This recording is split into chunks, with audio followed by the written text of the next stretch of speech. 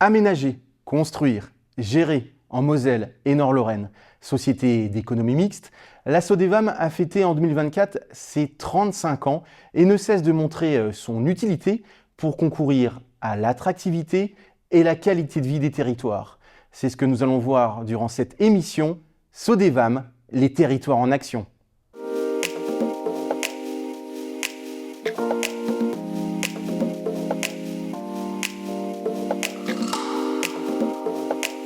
Bonjour à tous, ravi de vous retrouver pour cette grande première. Et pour cette première, j'ai le plaisir d'accueillir un invité de prestige, le président du conseil d'administration de la société d'économie mixte depuis 2020 de la Sodevam, Armel Chaban. Bonjour Armel Chaban. Bonjour à vous et merci de votre invitation. Comment vous allez ? Très bien, écoutez, en plus on est dans un bel endroit dont on va sûrement parler, et surtout très heureux d'être finalement le premier invité de votre émission, donc avec grand plaisir. Et on va commencer justement avec la première partie de cette émission, c'est l'institution Sodevam. Alors Armel Chaban, c'est vrai que la Sodevam a fêté en 2024 ses 35 ans. C'est un bel âge, l'âge de raison, on y reviendra. On le rappelle, il s'agit d'une société d'économie mixte. Pourquoi finalement elle a été créée et quel est son ADN ?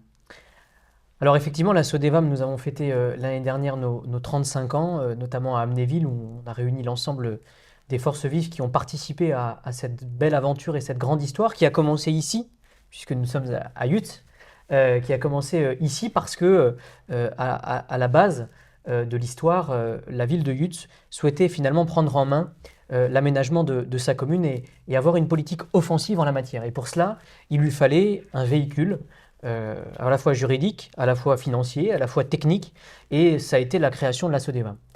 La Sodevam, son ADN, à mon sens, c'est déjà le rassemblement, parce que la Sodevam est donc une société d'économie mixte qui est composée à la fois d'actionnaires publics et d'actionnaires privés.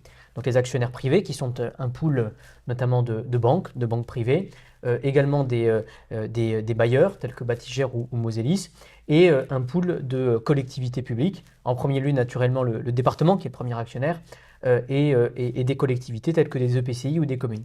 Et en fait, c'est ça ce qui fait la force de la Sodevam et son ADN, si je reprends votre question, c'est vraiment qu'elle sait mettre autour de la table à la fois des acteurs publics, des acteurs privés pour finalement aménager les territoires, améliorer l'attractivité des territoires et participer au développement et au fait que les territoires doivent grandir tant en termes d'habitat que de développement économique. C'est ça ce qui fait les fondements de notre société et 35 ans après, on essaye de poursuivre cette aventure avec ces mêmes valeurs à la fois de prendre du risque pour les autres, naturellement, on en parlera sans doute, mais aussi de contribuer à avoir un pool d'acteurs au service du développement des territoires. Vous travaillez vraiment en étroite collaboration avec les collectivités sur chaque projet où finalement c'est 3 grandes phases. Est-ce que vous pouvez nous les expliquer, nous les définir ? Alors il y a 3 grandes phases effectivement, mais j'ai envie de vous dire il y en a d'autant plus. Mais effectivement la première phase, comme dans tout projet qui est mené par une collectivité, eh bien déjà c'est les démarches administratives. Quand une collectivité, notamment une commune ou un EPCI, vient nous voir pour aménager, pour artificialiser, ça n'est pas un gros mot, une zone, qu'elle soit économique ou d'habitation, eh bien, encore plus aujourd'hui, il faut mener des études, il faut préparer l'ensemble des démarches administratives, réglementaires, environnementales naturellement, qui s'accroît.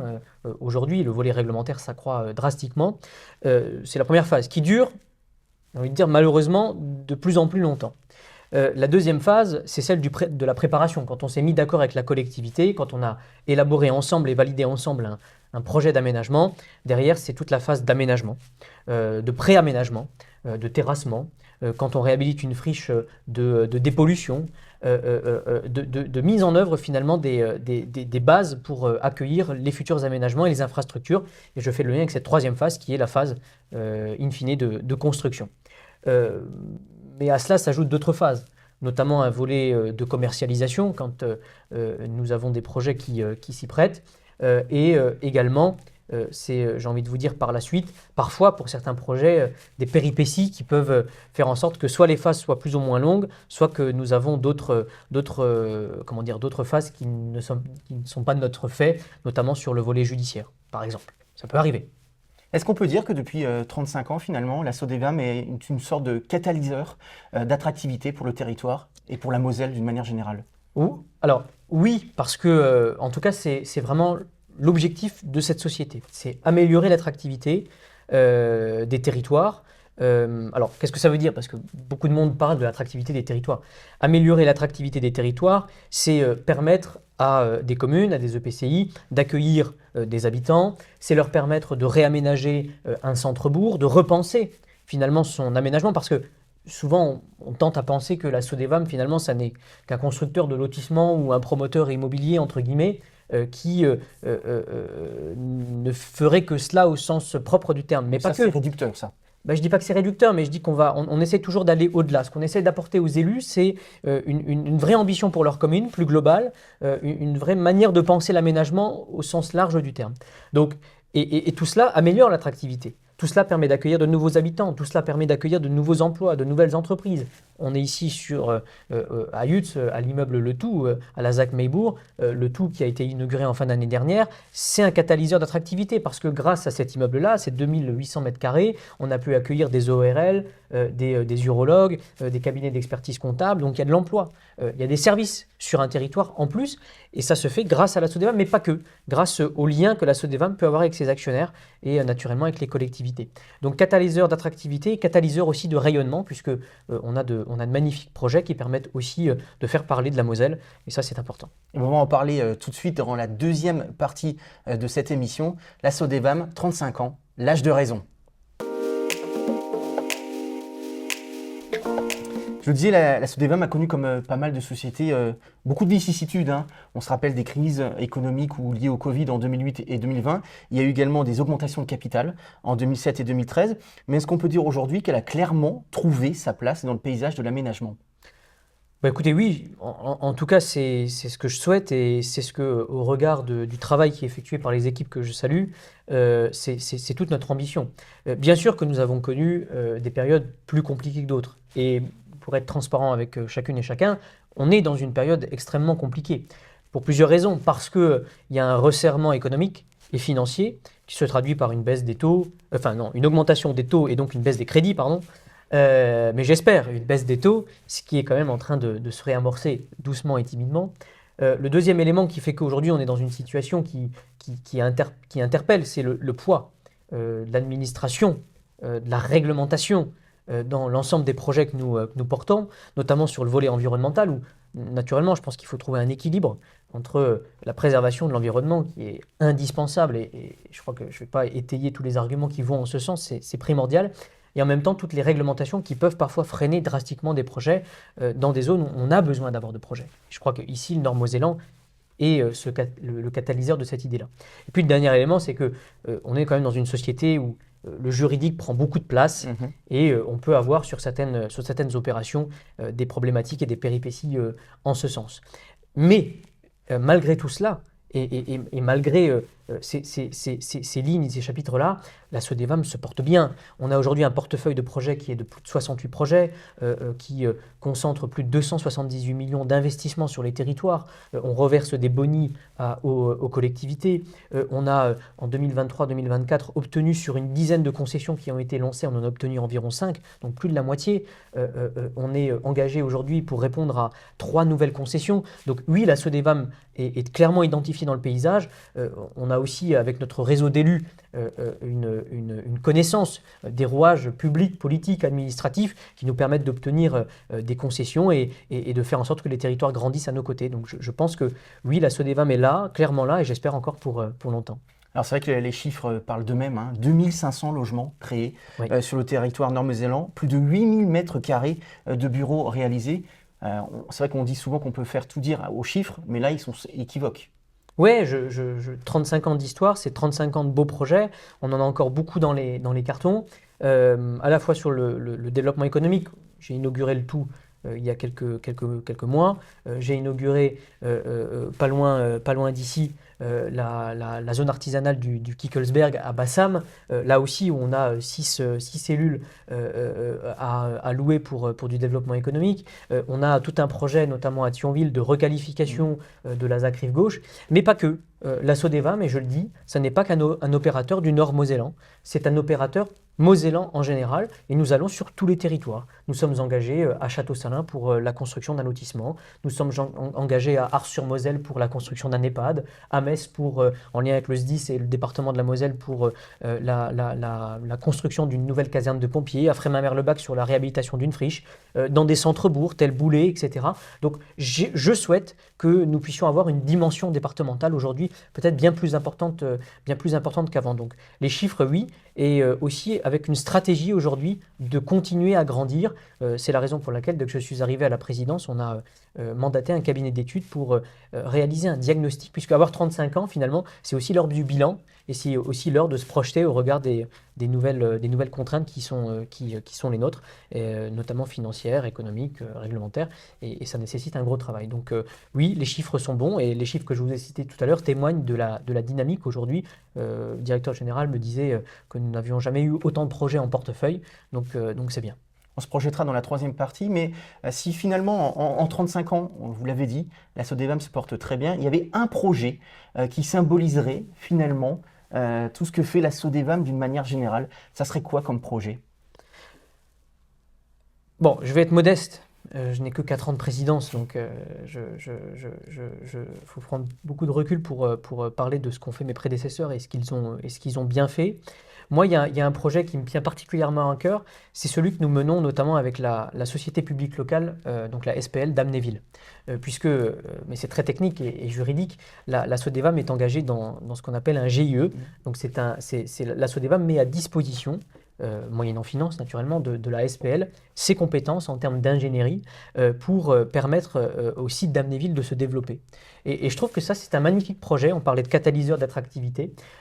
Aujourd'hui, grâce à l'expertise de la Sodevam, grâce aux moyens qui ont été mis sur la table, notamment des moyens humains, bien entendu financiers, et en cela le département y a contribué largement, eh bien, on a réussi à conserver sur le site d'Amnéville des équipements qui sont pour les Mosellans et pour toute une région extrêmement important. Le Galaxy, où on a fait des dizaines de milliers d'euros, des centaines de milliers d'euros de travaux pour réhabiliter et lui permettre de continuer à vivre. Des pylônes ont été enlevés sur le parking principal très récemment pour améliorer le cadre de vie de cette zone d'activité et de loisirs, qui est la première d'ailleurs dans la région. Nous allons, en lien avec le département, mener d'autres travaux, notamment sur le Snow World, qui a été là aussi, qui a vécu des moments difficiles après la crise de la Covid, et qui a été repris.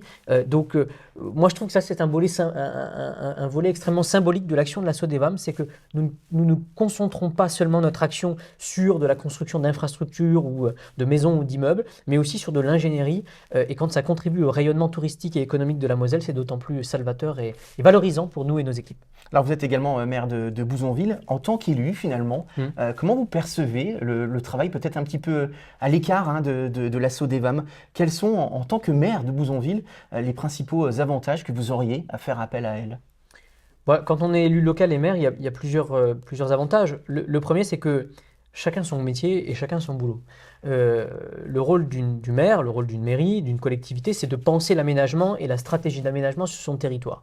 On veut tel ou tel habitat, on veut telle ou telle zone économique ou tel emploi, on veut développer telle ou telle stratégie sur son territoire. Ça, c'est le rôle du politique. Mais derrière, les collectivités, aussi petites soient-elles, entre guillemets, en termes de taille naturellement, elles n'ont pas forcément les services ou l'ingénierie ou elles ne sont pas équipées, si je puis dire, pour mettre en œuvre ces stratégies d'aménagement. Qui est à la fois extrêmement difficile et complexe au regard de ce que je vous disais tout à l'heure, mais aussi extrêmement coûteuse. Parce que faire un projet d'aménagement, c'est prendre des risques financiers. Et c'est là que la Sodevam a toute son importance. C'est qu'à la fois, elle met à disposition des collectivités, moyennant un contrat, moyennant une concession d'aménagement, qui est notre produit phare, si je puis dire, elle prend le risque pour le compte de la collectivité, elle aménage, elle commercialise, elle permet de faire construire, elle met en relation l'ensemble des acteurs pour faire un magnifique projet qui derrière aura des retombées positives pour la commune. Mais aujourd'hui, je ne vois pas ou très peu de communes qui vont elles-mêmes faire un lotissement, par exemple. Aménager une ZAC, c'est extrêmement coûteux. C'est prendre un risque. Est-ce que ça va marcher? Est-ce que ça ne va pas marcher? Comment je commercialise? Au regard des contraintes, comment je vais défendre mon dossier devant les services, notamment déconcentrés de l'État, etc. Bien ça, la Sodevam, elle sait le faire. parce qu'elle a les compétences, elle peut le faire, Elle l'a fait par exemple à Canfin. parce qu'elle a les finances, elle l'a fait à Canfin comme elle le fait ailleurs, mais oui, effectivement. Et notre produit phare, tout à l'heure, je vous le disais, c'est la concession d'aménagement. C'est que la Sodevam, elle achète les terrains, ou pas, si ils appartiennent à la collectivité, qu'il met à disposition. Il y a un schéma d'aménagement qui est prévu, il y a des constructions qui sont réalisées, et derrière, il y a un partage du boni, et donc du bénéfice d'opération, et donc c'est finalement gagnant-gagnant pour les uns et pour les autres. Alors j'aime beaucoup les chiffres. Il y a encore un chiffre qui est très parlant. C'est 6447 logements en projet en Moselle. Là aussi, ça prouve un dynamisme et que l'avenir, même si vous dites tout à l'heure que voilà, on est dans une période un petit peu compliquée, surtout économiquement, l'avenir s'annonce radieux. Mais écoutez, c'est bien que vous me posiez la question parce qu'on est pile poil dans la période où l'INSEE a sorti ses derniers chiffres concernant la démographie mosellane. Alors, il y a deux étages. Il y a première prévision de l'INSEE qui nous annonce que d'ici 2070, la Moselle en général, le Grand Est en particulier et la France devraient perdre des habitants. Pour tout un tas de raisons, parce que les familles ont moins d'enfants dans leur ménage, parce qu'il y a la contraction du foncier disponible avec le zéro artificialisation net qui nous impose de réduire de 50% et puis après de ne plus artificialiser les sols. Donc c'est pour toutes ces raisons-là qu'il y a une baisse potentielle annoncée de la démographie. Et les chiffres que nous avons reçus ces derniers jours pour la Moselle témoignent d'une augmentation, certes minime, mais témoignent d'une augmentation de la population en Moselle. Donc oui, c'est très très bien. Et puis le deuxième élément, c'est qu'on a des territoires qui ont une vraie demande, une vraie dynamique. Le territoire Nord-Moselle a une vraie dynamique, parce que le Luxembourg, parce qu'il y a un développement économique qui est extrêmement fort. Mais j'ai envie de vous dire, pas que. Aujourd'hui, notamment après la Covid, on a un changement total de la manière de vivre de nos concitoyens qui cherchent du pavillon, qui cherchent du logement, qui cherchent peut-être à changer aussi de projet de vie. Et c'est là que la Sodevam a tout son sens. À la fois parce que nous avons envie de contrer les prévisions démographiques qui sont établies par l'INSEE sur le long terme, à la fois parce que le court terme, finalement, on se rend compte que bien, on est en train de réussir le pari, finalement, de maintenir et peut-être d'augmenter un petit peu notre population, et en même temps parce qu'il y a des territoires qui ont soit de la demande, soit qui ont une volonté politique. Et là, la Sodevam, elle a toute son importance. On va continuer à parler d'avenir tout de suite dans la troisième partie. Je le disais, la Sodevam a largement contribué à réhabiliter notamment des sites au passé industriel ou militaire. La donne est aujourd'hui différente, puisque c'est vrai qu'il y a moins de sites militaires ou industriels. Est-ce que ça change effectivement l'approche d'une manière générale de la Sodevam, notamment au rapport avec la collectivité? Alors j'ai envie de vous dire, oui, l'approche a changé. Mais en même temps, le constat que je dresse est un peu différent parce que je pense qu'aujourd'hui, au regard des contraintes nouvelles en termes d'urbanisme et d'aménagement, on va être obligé d'aller de plus en plus sur les friches industrielles. C'est ce qu'on fait ZAC Rive Gauche. On est sur l'ancienne friche d'ArcelorMittal avec une dépollution qui a été financée pour l'instant intégralement par la Sodevam qui se situe entre 8 et 10 millions d'euros. C'est ce que nous faisons à Frémin sur la friche du parc à bois. Donc tout ça nous oblige à penser différemment. Bien sûr, sur les anciennes casernes militaires, nous avons répondu à un appel de la ville de Saint-Avold pour une concession d'aménagement sur une caserne militaire. Donc oui, c'est en train clairement de changer. Dans un sens qui est aujourd'hui un allongement des délais. Parce que dépolluer une friche, c'est plus long et c'est plus coûteux. Et parce que juridiquement, avec les contraintes environnementales, on est obligé de faire beaucoup plus d'études sur une friche parce que, comme son nom l'indique, une friche a été laissée à l'abandon et donc il y a eu un développement de la biodiversité, etc. Donc il faut faire extrêmement attention et extrêmement rigoureux. Donc oui, l'aménagement est en totale transition aujourd'hui. Et c'est la raison pour laquelle nous, Sodevam, nous sommes aussi en totale transition. On voit le projet différemment, on finance le projet différemment. On pense le projet différemment. Il faut qu'on trouve des équilibres. Avec les bonis qu'on fait sur certaines opérations, on peut combler certains déficits d'opération ailleurs. Et c'est ce qui nous permet d'avoir un rayonnement départemental et de toucher à tous les projets, à la fois d'artificialiser des sols qui ne sont pas artificialisés, mais en même temps d'aller sur les projets industriels. Enfin, post-industriel. Dans le même ordre d'idées, c'est vrai que la Sodevam est confrontée à d'autres problématiques qu'il y a 5, 10 ou 15 ans, vous l'avez dit, la préservation de l'environnement, mais aussi l'absence de foncier. Comment y faire face de façon concrète et pragmatique? Bon, sur l'environnement, naturellement qu'il faut avoir cette idée-là en tête et il faut s'adapter, et il faut protéger et il faut appliquer ce que l'État nous demande d'appliquer, réduire, compenser au maximum. Et puis pour la rareté du foncier, eh bien, c'est penser la ville autrement. Vous parliez tout à l'heure de mon expérience de maire, mais effectivement, quand on est élu, et donc cela va avoir des ricochets sur la Sodevam, c'est comment, finalement, au lieu d'étendre son village ou d'étendre sa commune sur des terrains agricoles, et on a besoin de conserver notre souveraineté agricole, eh bien pourquoi on ne va pas chercher en cœur de village des friches d'habitat ou des logements qui sont vacants et le repenser, les réhabiliter. On n'est pas forcément tout de suite dans la construction neuve, on est aussi maintenant dans la réhabilitation avec nos bailleurs, notamment bailleurs départemental, Moselis, ou bien sûr d'autres, bailleurs privés, qui aussi nous accompagnent dans cette démarche. On a une grande relation de proximité avec le PFGE, donc l'établissement public foncier Grand Est, qui porte pour la Sodevam et pour le compte des collectivités les opérations de friche, qui va participer aux études et au financement des travaux de démolition, de curage, de désamiantage, etc. Donc oui, ça change la donne. Mais il ne faut pas voir cela comme du pessimisme, comme dans toute l'histoire, globalement. Si on peut faire un peu de global, de macro, eh bien, il y a des changements et je pense que la Sodevam va devoir s'adapter. Et elle le fait extrêmement bien puisque dans notre plan stratégique que nous avons approuvé en conseil d'administration il y a 2 ans, la réhabilitation des friches, la préservation de l'environnement, le zéro artificialisation nette, la rareté du foncier sont prises en compte dans l'ensemble de notre stratégie d'aménagement et d'opération. La Sodevam s'adapte aussi pour une autre raison. C'est vrai qu'aujourd'hui, c'est un acteur incontournable pour améliorer la qualité de vie. Mais ce que demande un habitant en 2025 n'est pas du tout la même chose qu'en 1989, quand la Sodevam a été créée. Exactement. Voilà, là, c'est sociétal. C'est sociétal. Et on est une société, donc on s'adapte à nos clients. En premier lieu, nos clients sont les collectivités, mais qui elles-mêmes, pour leur projet d'aménagement, doivent s'adapter aux demandes à la fois de leurs habitants ou de celles et ceux qui veulent accueillir dans leur commune. Donc oui, il y a tout un changement de pratique. Oui, la commercialisation est différente. Oui, aujourd'hui, on n'est plus, on prend un exemple, on n'est plus sur des grandes parcelles de 10 à 15 arts. On est sur plutôt de la petite parcelle avec du pavillon. Pourquoi? Parce que souvent les gens travaillent, de plus en plus d'ailleurs, quasi totalement à deux, donc moins de temps pour entretenir, plus de place pour le loisir, moins de temps pour le jardinage, le bricolage ou ce genre de choses. Donc vous voyez, c'est peut-être des choses basiques ce que je suis en train de dire. Mais ça a un impact total sur l'aménagement en fait, et par exemple, les lotissements que nous sommes en train de faire sont totalement différents de ce qu'on avait pu faire il y a quelques années. Voilà. Qui plus est, quand la rareté foncière et la pression foncière est accrue, clairement. Pour terminer, une petite note sportive. Oui.